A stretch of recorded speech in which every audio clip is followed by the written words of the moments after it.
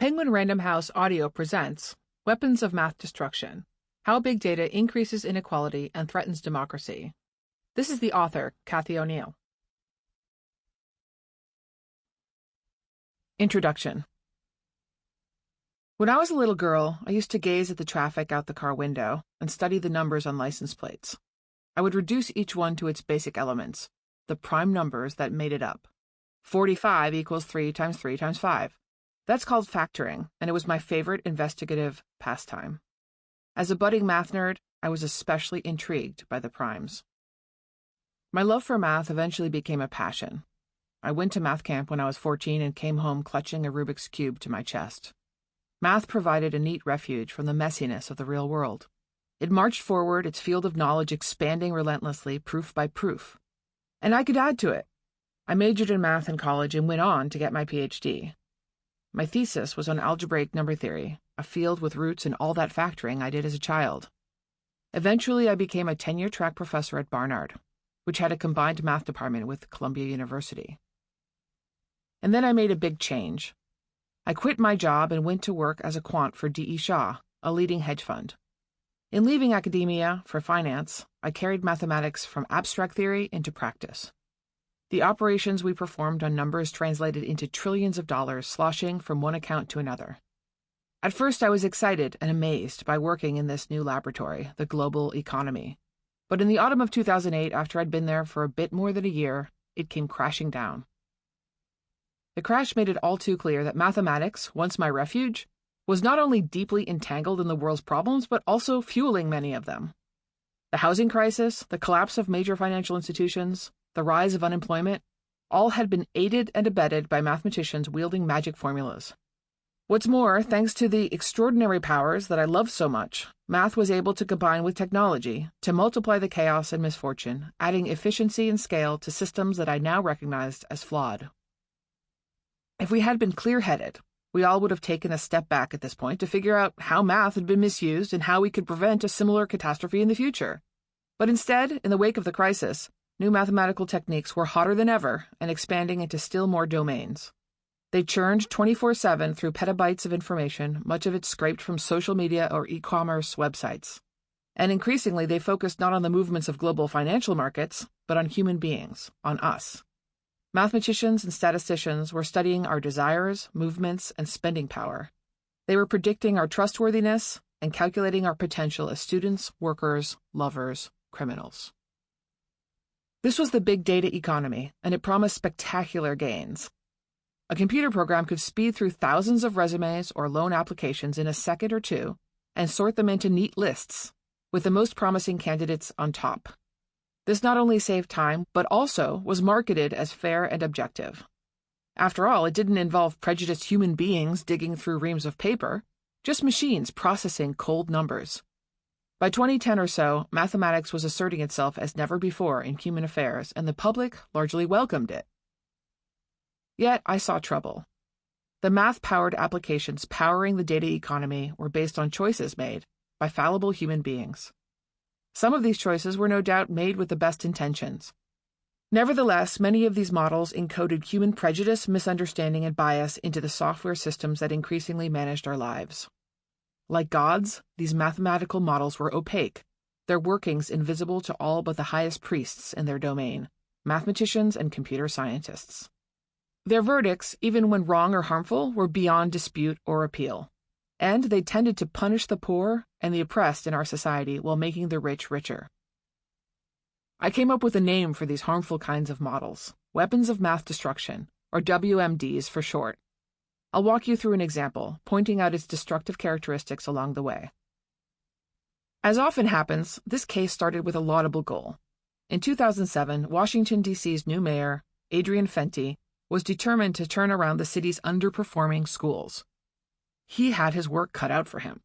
At the time, barely 1 out of every 2 high school students were surviving to graduation after 9th grade, and only 8% of 8th graders were performing at grade level in math.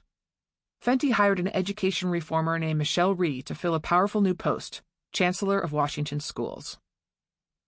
The going theory was that the students weren't learning enough because their teachers weren't doing a good job. So in 2009, Rhee implemented a plan to weed out the low-performing teachers. This is a trend in troubled school districts around the country, and from a systems engineering perspective, the thinking makes perfect sense. Evaluate the teachers, get rid of the worst ones, and place the best ones where they can do the most good. In the language of data scientists, this optimizes the school system, presumably ensuring better results for the kids. Except for bad teachers, who could argue with that? Reed developed a teacher assessment tool called Impact, and at the end of the 2009-2010 school year, the district fired all the teachers whose scores put them in the bottom 2%. At the end of the following year, another 5%, or 206 teachers, were booted out. Sarah Wasaki, a fifth-grade teacher, didn't seem to have any reason to worry. She had been at McFarland Middle School for only 2 years, but was already getting excellent reviews from her principal and her students' parents. One evaluation praised her attentiveness to the children. Another called her, quote, one of the best teachers I've ever come into contact with, unquote. Yet, at the end of the 2010-2011 school year, Wasaki received a miserable score on her impact evaluation. Her problem was a new scoring system known as value-added modeling, which purported to measure her effectiveness in teaching math and language skills. That score, generated by an algorithm, represented half her overall evaluation, and it outweighed the positive reviews from school administrators and the community. This left the district with no choice but to fire her, along with 205 other teachers who had impact scores below the minimal threshold. This didn't seem to be a witch hunt or a settling of scores. Indeed, there's a logic to the school district's approach. Administrators, after all, could be friends with terrible teachers. They could admire their style or their apparent dedication. Bad teachers can seem good. So Washington, like many other school systems, would minimize this human bias and pay more attention to scores based on hard results, achievement scores in math and reading. The numbers would speak clearly, district officials promised. They would be more fair. Wasaki, of course, felt the numbers were horribly unfair, and she wanted to know where they came from. I don't think anyone understood them, she later told me. How could a good teacher get such dismal scores? What was the value-added model measuring? Well, she learned, it was complicated. The district had hired a consultancy, Princeton-based Mathematica Policy Research, to come up with the evaluation system. Mathematica's challenge was to measure the educational progress of the students in the district and then to calculate how much of their advance or decline could be attributed to their teachers. This wasn't easy, of course. The researchers knew that many variables, from students' socioeconomic backgrounds to the effects of learning disabilities, could affect student outcomes. The algorithms had to make allowances for such differences, which was one reason they were so complex.